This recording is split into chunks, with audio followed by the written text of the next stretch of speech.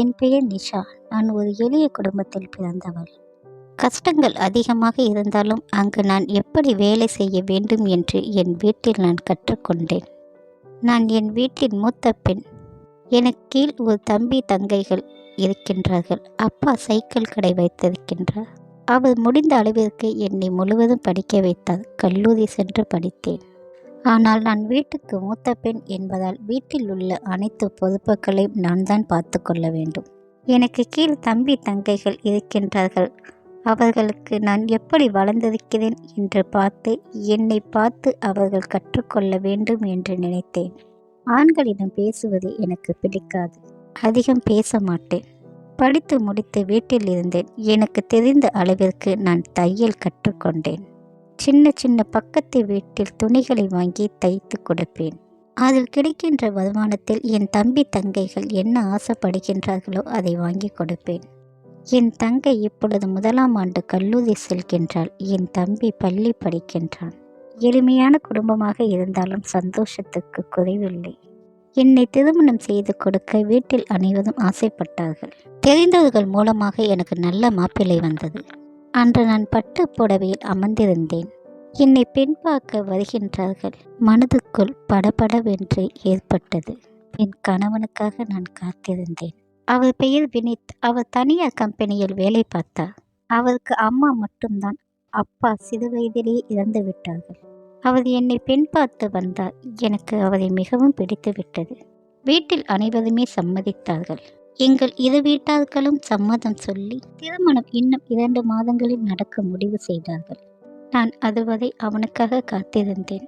ஆனால் இந்த 2 மாதங்கள் நாங்கள் எவ்வளவோ பேசினோம். காலையில் எழுந்தது முதல் மாலை வரை அவனுடன் பேசுவது எனக்கு இன்பமாகவே இருந்தது.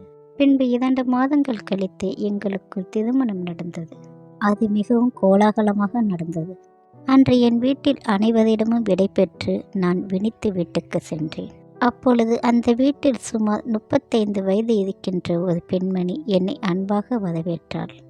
நானும் அவளை பார்த்து ஏதோ சொந்தக்காரர்கள் என்று நினைத்தேன். அன்று எங்கள் முதலிரவு. அந்த சாப்பாடு பழங்கள் அனைத்தும் அவர்தான் கொண்டு வந்தார். மீண்டும் சொல்லப்போனால் எங்கள் முதலிரவு அலங்காரங்கள் அனைத்தையுமே அவர்தான் செய்தார்கள். அன்று முழுவதும் நான் அவளிடம் பேசவில்லை. வீட்டில் இருக்கின்ற உறவினர்கள் என்று நினைத்து விட்டுவிட்டேன். அன்றைய வினித்துடன் எனக்கு முதலிரவு அன்பாக இருந்தது. மிகவும் இனிமையாகவே இருந்தது. நான் வெகு நேரம் அவனுடன் பேசிக்கொண்டிருந்தேன். என் பேச்சை கேட்டு கேட்டு அவனுக்கு மனதில் ஏதோ ஒன்று தோன்றியது. பின்பு அவன் என்னை முத்தமிட்டு கட்டி அணைத்தான். அந்த இன்பம் எங்களுக்குள் அளவுக்கு மீறி வெகு நேரம் அந்த இன்பத்தை அனுபவித்தோம். பின்பு அனைத்தையும் முடிந்தது. காலையில் இருந்து என் வேலைகளை தொடங்கினேன். வெளியே வந்தேன். அப்பொழுது அந்த பெண்மணி என்னிடம் வந்து காப்பி கொடுத்தார். அப்பொழுதுதான் முதலில் உங்கள் பெயர் என்னவென்று கேட்டேன். அவள் பெயர் உஷா என்று சொன்னாள். அவளை பார்க்கும்போது அன்பான குணம், நட்பாக முகமாக இருந்தது. நல்ல தோழி போல் எனக்கு தோன்றியது. பின்பு என் வேலைகள் அனைத்தையுமே அவரும் சேர்ந்தே செய்தாள். திருமணம் நடந்த அடுத்த நாள் உறவினர்கள் யாரும் எங்கும் செல்லவில்லை. அவர்களுக்கு சாப்பாடு கொடுப்பது, டீ போடுவது அனைத்தையுமே நானும் உஷாவும் சேர்ந்தே செய்தோம். அப்பொழுது நாங்கள் காப்பி கொண்டு செல்லும்போது உஷா என் பின் வந்தாள். அப்பொழுது ஒரு பெண்மணி உஷாவை பார்த்து, நீ இன்னும் வெளியே வந்து நடமாடுகின்றாயா? உனக்கு இன்னும் வெட்கம் இல்லையா? இப்படியெல்லாம் வெளியே வரலாமா என்று இலக்காரமாக பேசினாள். எனக்கு அப்பொழுது ஒன்றும் புரியவில்லை. நான் ஒன்றும் சொல்லாமல் அப்படியே சென்று விட்டேன். சில நேரம் என் மாமியார் என்னை அழைத்து வீட்டில் உள்ள அனைத்து பொருட்களையும் நகைகளையும் காட்ட சொன்னார்கள். நான் அனைத்தையும் எடுத்து காட்டினேன். ஆனால் அன்று முழுவதும் எனக்கு உஷாவின் நினைவு மட்டுமே இருந்தது. உஷா யார்? மாமியார் என்னிடம் இதை பற்றி ஒன்றும் சொல்லவில்லையே. அன்று இரவு நான் வினித்திடம் இதை பற்றி கேட்டேன். அவர் சொன்னார், உஷா என் அத்தை மகள். அத்தையும் மாமாவும் இறந்து விட்டார்கள். அவள் என்னை விட வயதில் மூத்தவள். அவள் வாழ்க்கையில் மிகவும் கஷ்டத்தை அனுபவித்தவள். இதை பற்றி என்னிடம் கேட்காதே, அம்மாவிடம் கேட்டுக்கொள் என்று சொல்லி நழுவி சென்று விட்டார். எனக்கு சற்று சந்தேகம் இருந்தது. ஏதோ ஒரு ரகசியம் இருந்தது போல் எனக்கு தோன்றியது. ஆனால் உடனே கேட்க வேண்டாம் என்று நான் முடிவு செய்தேன். உஷா எப்பொழுதும் காலையில் எழுந்து தன் வேலைகளை பார்த்து கொண்டு அனைத்தையும் முடித்துவிட்டு துணி கடைக்கு வேலைக்கு சென்று விடுவாள். இரவு வந்தாலும் என்னுடன் சேர்ந்து உதவி செய்வாள். இன்னும் சொல்லப்போனால் எனக்கு ஒரு அக்கா மாதிரிதான் இருந்தாள். எனக்கு தலைவலி ஜுரம் என்றால் உடனே ஓடி வருவது உஷாதான். எனக்கு வேண்டிய அனைத்தையும் செய்வது உஷாதான். உஷா காட்டிய அன்பு எனக்கு அவளை மிகவும் பிடிக்க வைத்தது.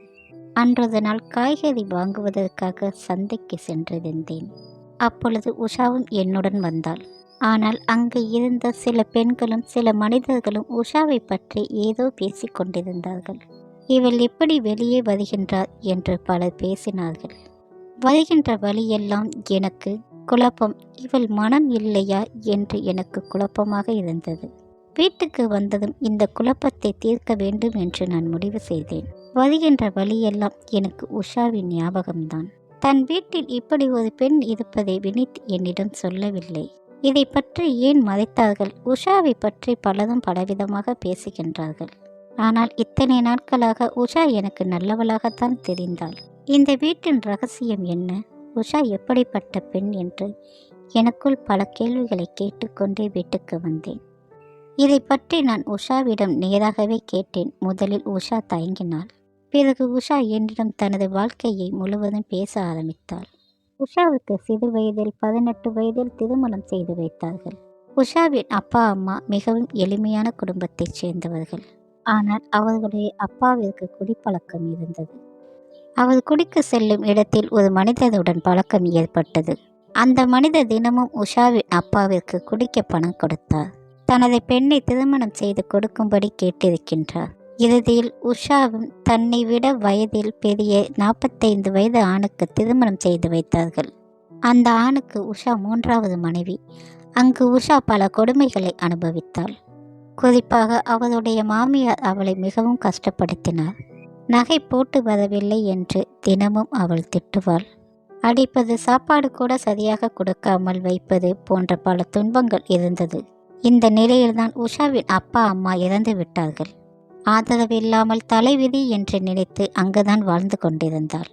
பின்பு அந்த கணவருக்கு குடிப்பழக்கம் அதிகமாகி உடல்நிலை கெட்டு அவர் விட்டுவிட்டு சென்று விட்டார். அதன் பிறகு உஷா தன் அத்தை வீட்டுக்கு வந்து தங்கியிருந்தாள். அப்பொழுதுதான் நினைத்தேன், உஷா மீண்டும் வாழ்க்கையில் முன்னேற்றம் செல்ல வேண்டும் என்று. அவளை மேல் படிப்பு படிக்க கல்லூரிக்கு அனுப்பியது எங்கள் மாமாதான். அங்கு படிக்கும் போது கல்லூரியில் ஆசிரியர் ஒருவருக்கு உஷாவை மிகவும் பிடித்து விட்டது. அவர் உஷாவை திருமணம் செய்வதாக கூறினார். உஷா சொன்னாள், என் வாழ்க்கை இதுவரை ஏமாற்றத்தை கொடுத்தது. இந்த வாழ்க்கையாவது எனக்கு நம்பிக்கை தருமே என்று நினைத்தாள். ஆனால் அவருடைய அத்தையும் மாமாவும் சம்மதித்தார்கள். சில நாட்களில் திருமணம் செய்ய முடிவு செய்யப்பட்டது. திருமணம் முடிவாகும் வரை அவர்கள் வெளியே கோயில் செல்வது, பல இடங்கள் சேர்ந்து செல்வது என்று பழகி கொண்டிருந்தார்கள். ஆனால் சில நாட்களுக்கு பிறகுதான் உஷாவுக்கு ஒரு பெரிய அதிர்ச்சி உண்மை தெரிந்தது. அந்த ஆசிரியருக்கு ஏற்கனவே திருமணமாகிவிட்டது. அவள் ஒரு விதவை என்று தெரிந்தும் தனது ஆசைக்காகத்தான் அவளை பயன்படுத்தி அறிந்த உஷா மிகவும் உடைந்து போனாள். உடனே அந்த காதலிலிருந்து முடித்து விட்டாள். அதன் பிறகு உஷா முடிவு செய்தாள், இனி எனக்கு திருமணம் வேண்டாம், நான் தனியாக வாழ்வேன் என்று. அதன் பிறகு ஒரு துணிக்கடையில் வேலை செய்து தன் வாழ்க்கையை நடத்த ஆரம்பித்தாள். ஆனால் என் மனதில் இருக்கின்ற கஷ்டங்கள் என்னவென்று யாருக்கும் தெரியாது என்று சொல்லி என்னை கட்டி பிடித்து அழுதாள். அவளுடைய நிலைமையை பார்த்தபோது எனக்கு மிகவும் வருத்தமாகத்தான் இருந்தது. பின்பு எனக்கு தெரிந்த ஒரு நண்பனின் மூலம் மாப்பிள்ளை வந்தது. அவருக்கு ஏற்கனவே திருமணமாகியிருந்தது. அவருக்கு 2 வயது ஆண் குழந்தை இருந்தது. ஆனால் அவருடைய மனைவி இறந்து விட்டார். நான் உஷாவின் கடந்த வாழ்க்கையை முழுவதும் சொல்லிதான் பேசினேன். முதலில் உஷா மறுத்தாள். ஆனால் நான் பலமுறை புரிய வைத்தேன். அன்றொரு நாள் பெண் பார்க்க வந்தபோது அந்த சிறிய குழந்தை உஷாவை அம்மா என்று அழைத்தது. அந்த ஒரு வார்த்தை தான் உஷாவின் மனதை ஒதுக்கியது. அவளுடைய கண்கள் கலங்கின. தன்னுடைய குழந்தை போல் அந்த குழந்தையை அணைத்து கொண்டாள். சில நாட்கள் கழித்து திருமணம் நடந்தது. இப்போது உஷா தன் குடும்பத்தோடு மிகவும் சந்தோஷமாக வாழ்கின்றாள். ஒரு பெண்ணுக்கு என்ன நடந்தது என்று தெரியாமல் அவளை பற்றி தவறாக பேசுவது எவ்வளவு பெரிய தவறு என்பதை இந்த வாழ்க்கையின் கதை சொல்கின்றது. சமூகத்தில் பலமுறை சில பெண்களில் வாழ்க்கையில் புரியாமல் அவதூறு பேசுகின்றார்கள். ஆனால் இனிமேலாவது நம் வீட்டு பெண்களை மதிப்பது போல் மற்ற பெண்களை மதித்து பார்க்க வேண்டும். இது போன்ற உண்மை கதைகளை தொடர்ந்து கேட்க வீடியோவை லைக் செய்யுங்கள். உங்கள் கருத்துக்களை கமெண்டில் சொல்லுங்கள். கதையை தொடர்ந்து கேட்க எங்கள் சேனலை சப்ஸ்கிரைப் செய்யுங்கள். நன்றி, வணக்கம்.